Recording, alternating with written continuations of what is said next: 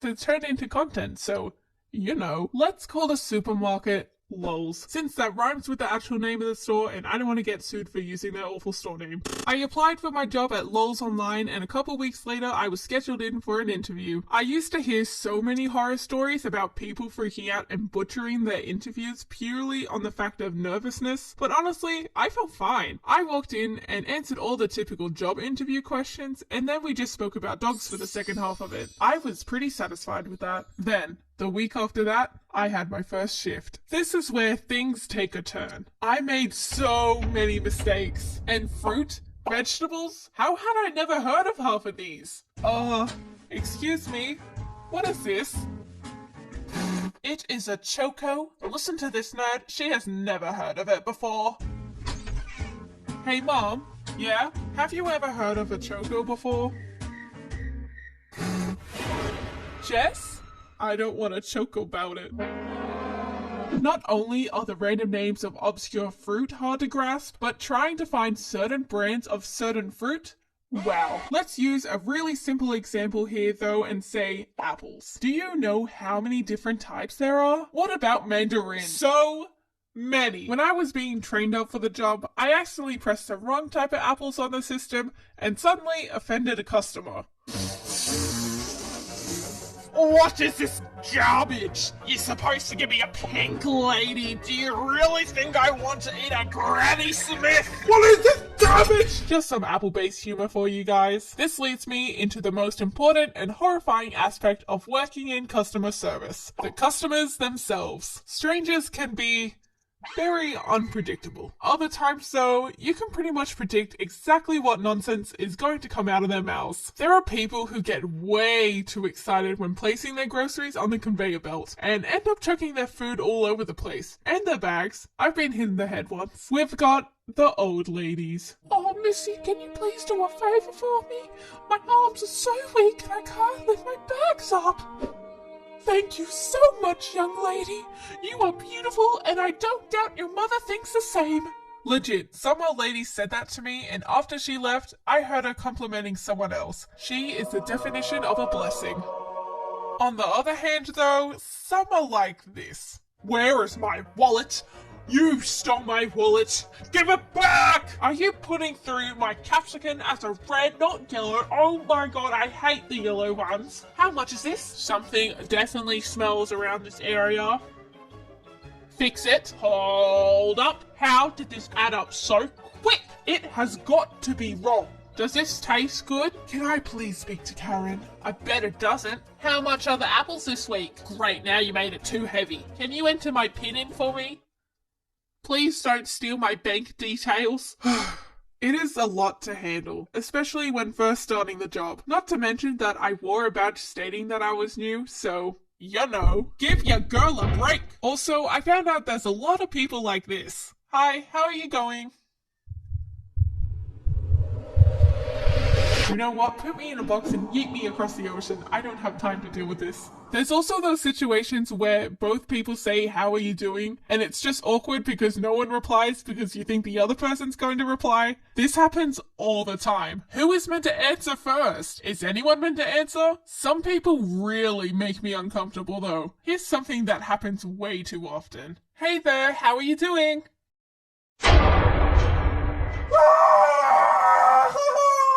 Just why? In what type of situation do you need to wink at a worker in a grocery store? Explain your reasoning for this. And what makes it worse is that it isn't just the same person doing this on repeat. Heaps of old men do it, which is disturbing. After that happens, I'm kind of just on edge and let out awkward laughs if they say anything else. Exhibit A. Exhibit B.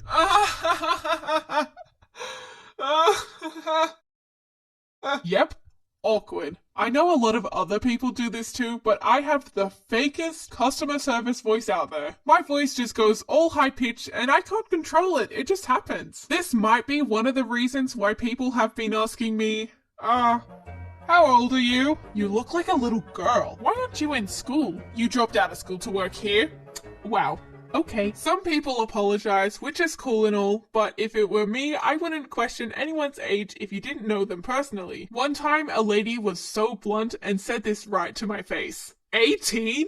You look 12. Like, yeah, I get it. I'm a small person. 5'2" to be exact. And I have a baby face, so, just be polite about it, please. Kids are another type of customer entirely. I have witnessed so many temper tantrums over toys and chocolate. It's almost a daily occurrence. You have got to wait until the lady scans it. If I did that when I was little, my mom would literally just put the chocolate back on the shelf passive-aggressively. You know what? You don't deserve this. My store Lols has done a bunch of these free toy promotions recently, where if you spend over $30 on your groceries, you get a blind bag with a mystery toy inside, and you can eventually collect them all, blah blah blah. Kids go nuts for these. Literally, I saw these two kids fighting each other for one of these cheap toys. Oh my god, is that the dog food? Yeah, can I have it? No. Oh my god, give it! Stop giving it! Stop giving me the dog food! Kids, stop it! So anyway, those are the main types of people I come across. But there are certain types of conversations that I have to play along with multiple times a day. Being busy? Have you been busy? Oh yeah, it's crazy. You must be so tired and busy from working all day. Haha, yeah, absolutely. It would be so much cheaper if we didn't have to eat. Nice one, Susan. Where's the toilets? Down the hall to the right. Do you know where John has gone? Who is John? This one time, I was on the register by myself and this mother and daughter began to stack all their items onto the conveyor belt. I could just tell her mother was in a foul mood and her daughter was very energetic and irritating to her at the time. She just wouldn't stop asking questions about the food, and her mum would always just respond with the salty one-word replies. While this was going down, the girl had one of those Beanie Boos, and was making it jump on every single item, which was hard because I was trying to grab them to scan. She literally held onto some of the products and just stared me down with a dead straight face. Kinda creeped me out a little. Anyway, now to the Beanie Boo. I never thought I would be discussing about Beanie Boos in my videos. It was a white, blue, grey monkey. This was it. Since she wasn't getting a good conversation out of her mother, she started asking me random questions about it. What type of monkey is this? Over the course of our encounter, a queue had formed and I had to scan the items as fast as possible. She then repeated her question impatiently. What type of monkey is this?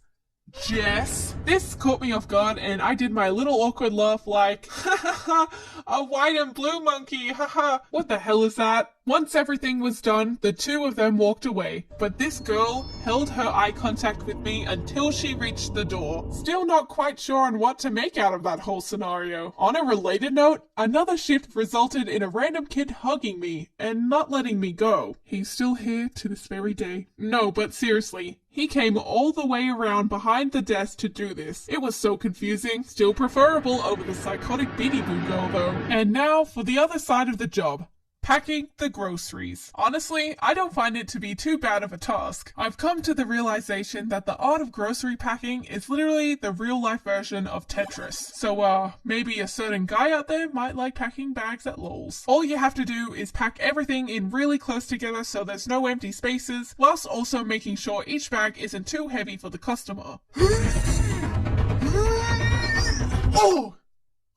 Oh my. Something I didn't expect coming into this job was that it is so easy to cut and bruise your hands from simply packing some food. The sharp edges on the plastic meat containers always manage to slice me up. Or even jamming my fingers against heavy food such as tins of dog food. That hurts a lot. And worst of them all, catching colds from people. There have been a few times where I've came home, crawled into bed, and just passed out for what felt like a century. Thinking back to when I first started working at Lols versus now, there is definitely a significant improvement in my confidence when talking to customers. Sure, I'm still not the best at it, but I was worse than a nervous wreck when I first started out. I even get to say things over the speakers of the shop now. Attention all customers. Please subscribe to www